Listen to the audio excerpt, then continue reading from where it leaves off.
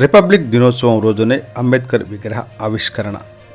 కృత్తివెన్ను మండలంలోని మండల అభివృద్ధి కార్యాలయం నందు ఈరోజు గణతంత్ర దినోత్సవం సందర్భంగా కార్యాలయం నందు పతాక ఆవిష్కరణ అనంతరం అంబేద్కర్ యొక్క విగ్రహదాత స్థానిక ఎంపీపీ గరుడ ప్రసాద్ వంశీకృష్ణ యొక్క జ్ఞాపకార్థం అంబేద్కర్ విగ్రహాన్ని ఆవిష్కరించడం జరిగింది. ఈ సందర్భాన్ని పురస్కరించుకొని ఎంపీపీ గరుడ ప్రసాద్ మాట్లాడుతూ భారతదేశం సుస్థిరమైనటువంటి ప్రజాస్వామిక దేశం, వెలుగొంది లౌకిక రాజ్యంగా వెలసిల్లుతుంది అని అంటే అందుకు కారణం ప్రపంచ మేధావి డాక్టర్ బిఆర్ అంబేద్కర్ గారు ఒక్కరేనని, ప్రపంచ దేశాలన్నింటినీ తిరిగి మన దేశ ప్రజలకు అవసరమగు రీతిలో ఆయా దేశాల రాజ్యాంగాల యొక్క అమూల్యమైన అంశాలన్నింటినీ రాజ్యాంగంలో పొందుపరిచి మన జాతికి అంకితం ఇచ్చిన గొప్ప మహానుభావుడని ఆయన కొనియాడారు. రాజ్యాంగంలో ఉన్న ఎన్నో గొప్ప అంశాలలో వయోజన ఓటు హక్కును ప్రజలందరికీ కల్పించిన గొప్ప విజ్ఞాని అని ప్రశంసించారు. సమానత్వ హక్కు, అంటరానితనం నిషేధం మొదలైన అంశాలు ప్రతి ఒక్కరి యొక్క జీవితాల్లో, ముఖ్యంగా అణగారిన జాతుల్లో వెలుగులు నింపేవిగా ఉన్నాయని ఆయన కొనియాడారు. గౌరవ అతిథులుగా విచ్చేసిన APSRTC Vijayawada zonal chairman Pinninti Mahesh మరియు మండల తహసీల్దార్ Ramakoteswararao, incharge MPDO P Madhusudan Rao, మండల vice MPP Revu Satyanarayana MPP చేసిన ఈ బృహత్తర కార్యక్రమాన్ని కొనియాడారు.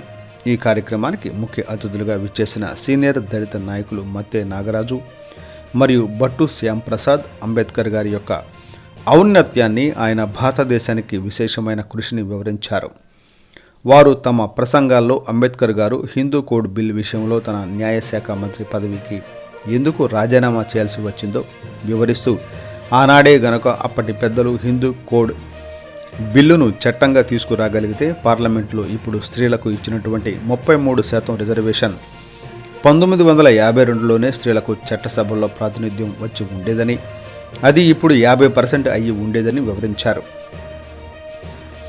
ఈ విషయం నేటి మహిళలకు ఎంతమందికి తెలుసు అని వారు ప్రశ్నించి రాజ్యాంగంలోని పలు అంశాల గురించి తెలియచెప్పారు. ఈ కార్యక్రమంలో భారత రాజ్యాంగం మరియు అంబేద్కర్ గారి యొక్క కృషి అంశంపై మండల స్థాయిలో విద్యార్థులకు నిర్వహించిన వ్యాస రచన పోటీల్లో ఆయా పాఠశాలలు నీలిపూడి హైస్కూల్, కోమళ్లపూడి హైస్కూల్, సంగమూడి హైస్కూల్, కుర్తివెన్ను హైస్కూల్లోని ప్రథమ, ద్వితీయ, తృతీయ స్థానాలలో నిలిచిన విద్యార్థులు అందరికీ కూడా జై భీమ్ ఆర్మీ ఆర్గనైజేషన్ వారు కార్యక్రమానికి విచ్చేసిన అతిథులు, పెద్దలు అందరి చేతుల మీదుగా ట్రోఫీలను అందించారు. మండల స్థాయిలో ప్రథమ బహుమతి గెలుచుకున్న సంగమూడి హైస్కూల్ విద్యార్థిని లేళ్ల జ్యోతిర్మయికి, ద్వితీయ, తృతీయ బహుమతులు గెలుచుకున్న నీలిపూడి విద్యార్థినులు పుప్పాల రేష్మ, స్పందన, స్ఫూర్తి మరియు పుప్పాల జాస్మిన్లకు ట్రోఫీలతో పాటు ప్రైజ్ మనీని అందజేయడం జరిగింది. 2024 సంవత్సరానికి గాను జై భీమ్ ఆర్మీ ఆర్గనైజేషన్ క్యాలెండర్ను ఎంఆర్ఓ చేతుల మీదుగా ఆవిష్కరించడం జరిగింది.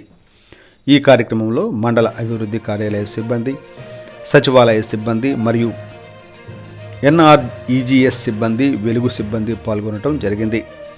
ఈ కార్యక్రమానికి జై భీమ్ ఆర్గనైజేషన్ అధ్యక్షుడు హేమాచలం, గౌరవ అధ్యక్షులు రాజు, ఉపాధ్యక్షుడు కిషోర్, పడతడిక సర్పంచ్ మండపాటి ప్రదీప్, కమిటీ పెద్దలు బాలయేసు, వెంకటరత్నం, అలెగ్జాండర్, రవి, మెషక్, రాజు, బన్ను, ప్రకాష్, యేసుబాబు, యోహాను, ప్రభాకర్, నరసింహ, శౌరి, బాజీ, విజయరాజు, జోజిబాబు, చిన్నబాబు, డేవిడ్ రాజు తదితరులు మరియు గ్రామస్తులు పాల్గొన్నారు.